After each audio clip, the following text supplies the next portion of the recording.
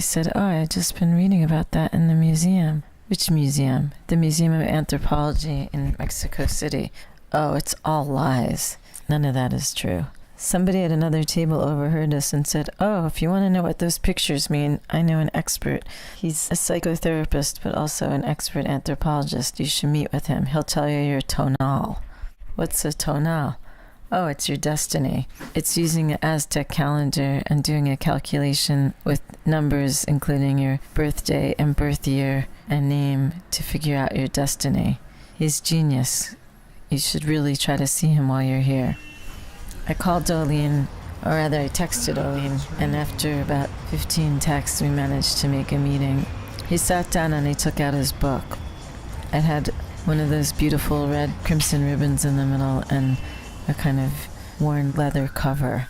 He started to explain to me that he was not Mexican, or rather that he is Mexica, which I knew from the museum as one of the pre-Columbian or pre-colonial people that we now know as Mexico.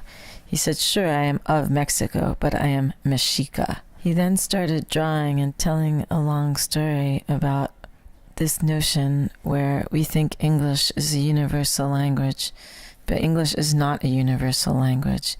Perhaps it's an international language, but the universal language is the language of symbols.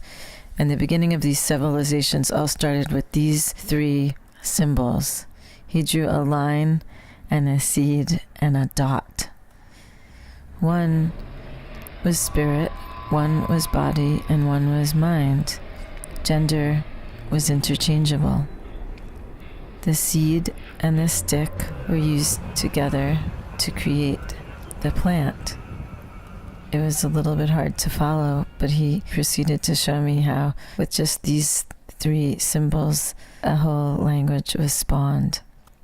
He also showed me the idea that in all of these civilizations, they were using symbols, language, through these symbols and through Nahuatl, which you can still hear its vestiges, the traces of Nahuatl in contemporary Spanish, the language of the conquerors. He said, we didn't want this language. We didn't want our mother tongue to be cut out from under us.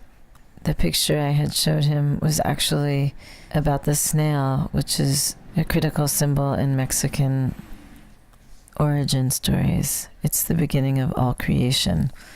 It's also the story of traveling with your home on your back, or being a nomad, but it's also a symbol of going slowly. I was surprised after that to see the snail in everywhere, in all the tapestries and shirts and rugs.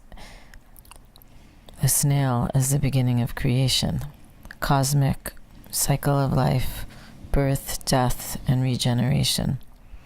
He showed me how the snail was the most important symbol of pre-colonial civilizations, and that inside of the snail shell resides the spiral, which is also one of the most ubiquitous symbols that we see in nature across all of the civilizations of the world, and also as a pattern in nature, the spiral. I blinked and my mind started racing. The spiral. The spiral is also the fingerprint. I said to Olene, but the fingerprint is now what we use to track people. How did this evolution or devolution occur? He said, yes, the state now uses this symbol for systematic control. It's used to control and track people, and particularly with the Mexican people, it's used for the pipeline from birth and into prisons. How could this have happened?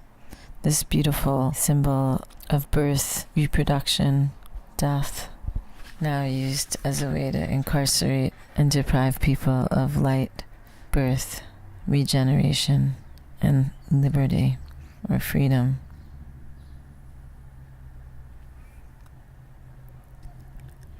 I finished my coffee and left the table feeling very morbid.